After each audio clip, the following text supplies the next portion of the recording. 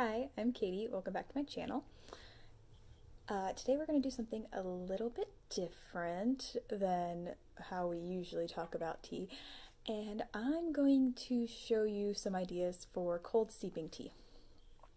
I know a lot of people, when they're first kind of getting into the tea communities, both like on Facebook and on Instagram and various other places, a lot of them pick up on the term cold brew and they're like, what is this? I need to know what this is. So I kind of want to break that down, and at least how I do it, and offer out some tips for that, because it can be a really awesome thing.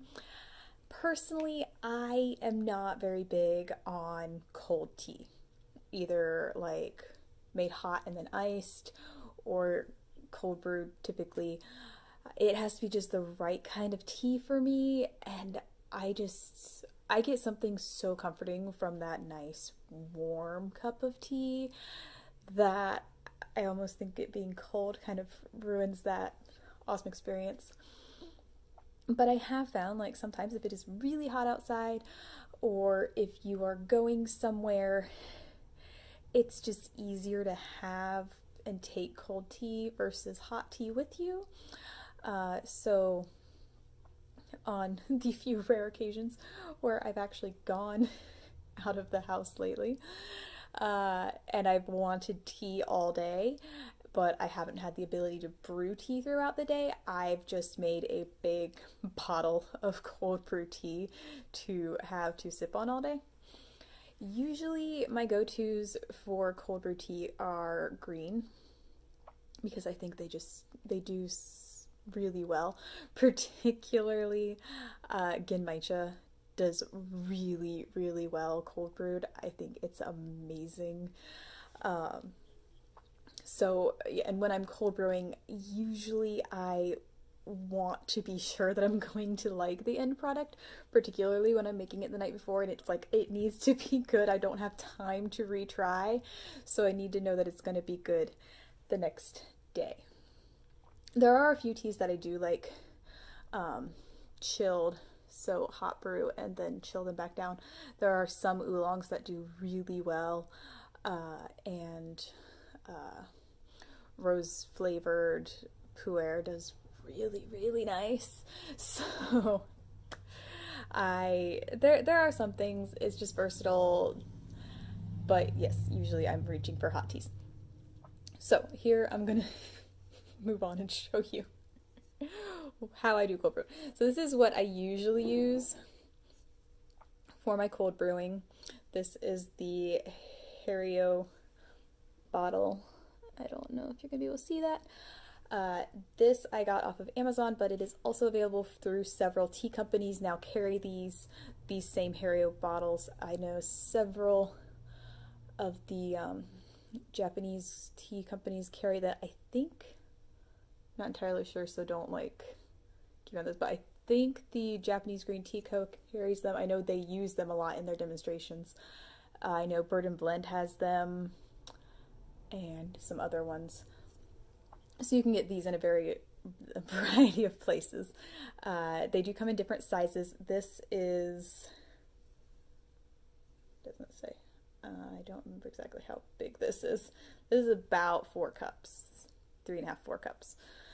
So what's really awesome about this is it is glass, and then it's got this silicone topper to it. So it looks like this really cool bottle, which is also fun if you are not big into drinking, but if you are going to be around your friends who are drinking or something, and you want to carry in your like really awesome looking tea and pour it out like it's wine. It's just fun. Especially if you do something cool colored with herbals. So it has this stopper up top, and then down below it has this plastic mesh strainer here. So as you pour, it filters. Apparently I'm getting tea places.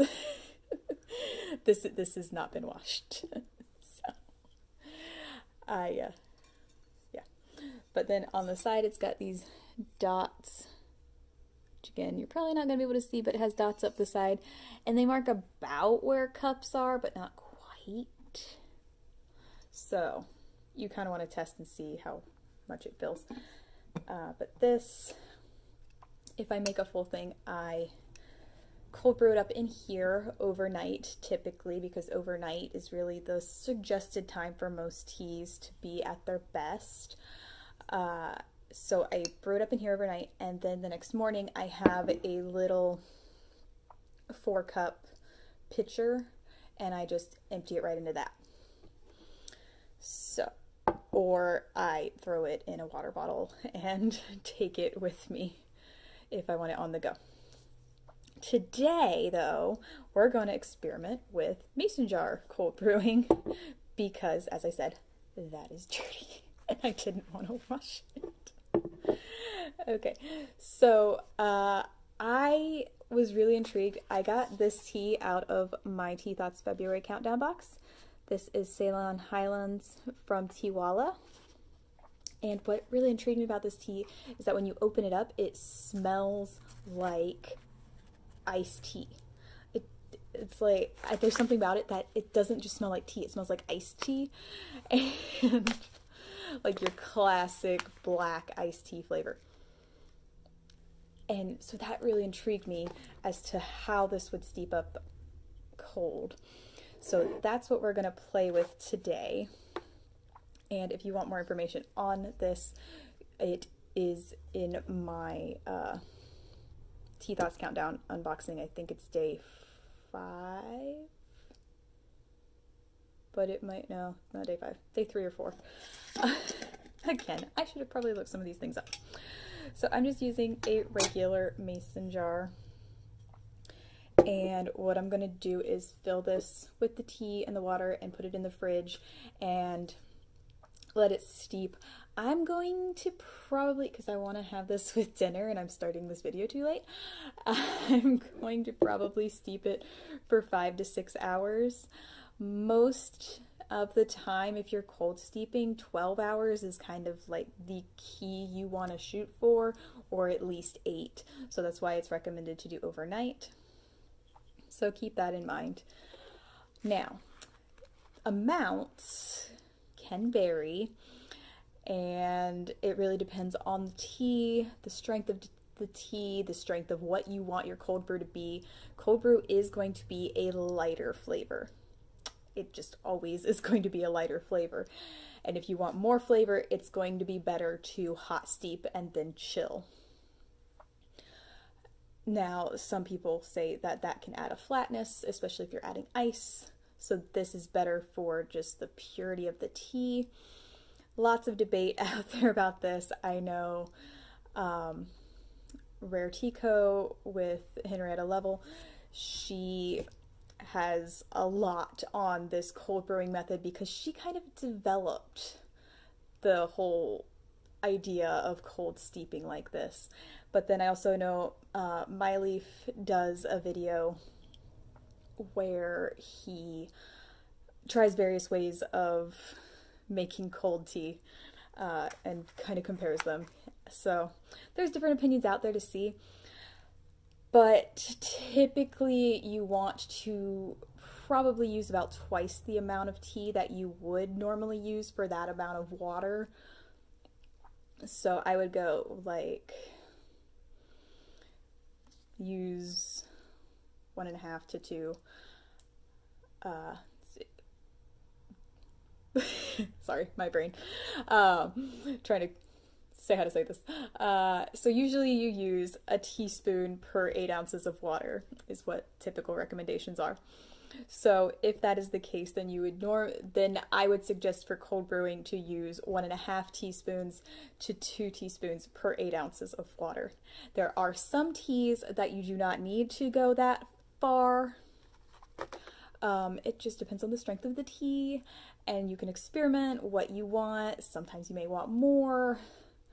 So it's really something to play around with, but like I said, if you are using more, then you're going through more tea. And so that's why with this one, I don't have a lot of tea left. So I'm just going to only make a cup. And yes, I measure my tea out with an actual spoon. I don't use teaspoons. For one, this is flatter and therefore like bigger leafed teas can fit, because for a while I was using an actual teaspoon, but the leaves just didn't fit quite right and it was not good. Actually, I'm gonna make 12 ounces, so I'm gonna use what's left in this bag. So I'm gonna use, these are not full, by the way, about 3 teaspoons of tea here. But yeah, keep tea simple and just measure with your spoons.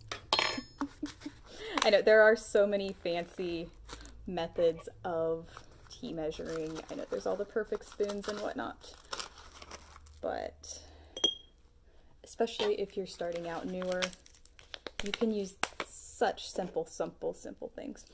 I know Mary on Miss Mary Lou's channel has a very basic method for brewing tea, and that is what really inspired me to use spoons. So this does have marks on the jar. I know not all of them do, but this does have marks on the jar to know where to fill it. So I'm going to fill it up to that 12-ounce mark and hopefully not make a mess. I do always use filtered water for my tea, just a regular water filter. The purer your water, the better your tea. Like, the better your water, the better your tea. Different water can affect it. I know we were up in, we were on vacation in a higher elevation, and the water to me tasted sweet almost. It was weird. But making tea with that water, it just really colored the flavor of the tea. So this, and you kind of want to shake it up a bit, make sure it all gets wet. So I will set this in the fridge. Also, for cold steeping, you want to start with cold water. Pour cold water on your tea to start your cold steeping. I don't know exactly why you want to do that, but do that.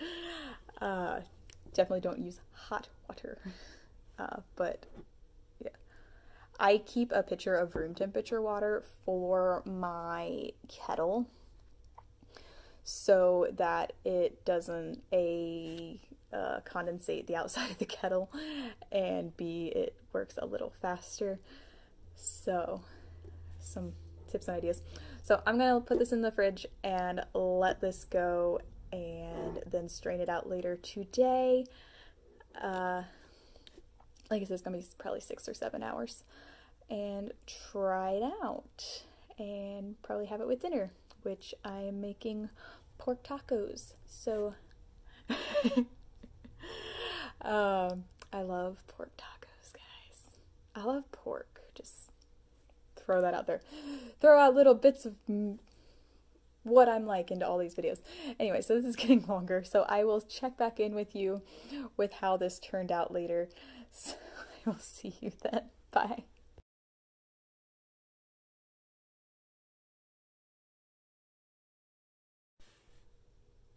And we're back, all steeped up several hours later to this beautiful amber color.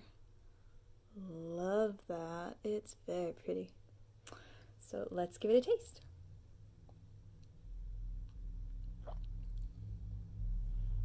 Yeah, that's very good.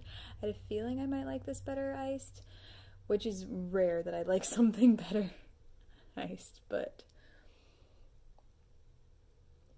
it's very mellow. It's like classic iced tea, classic black iced tea taste with a little interesting flavor hints here and there. Yeah, that's very good. So if you were curious, I didn't want to pour the jar out on camera because I was worried I was going to spill it everywhere, but I didn't. So yeah, what I did, I shook the jar and let it settle back out right before I went to pour it, and then I just popped this strainer over here and just poured it out. I poured it over the sink just to be safe, but I didn't spill anything, so yay. But yeah, nice, lovely glass of iced tea. If you are interested in this tea or this company, I will link them down below. And if you have any other questions about cold steeping, I may or may not be able to help you, but I can give my opinion, or I can find an opinion, or you can answer each other's questions. Feel free to do that as well. So thank you for watching, and remember, if you like this video, make sure you like it down below, and make sure you're subscribed to my channel. So thank you all for joining me, and I will see you next time.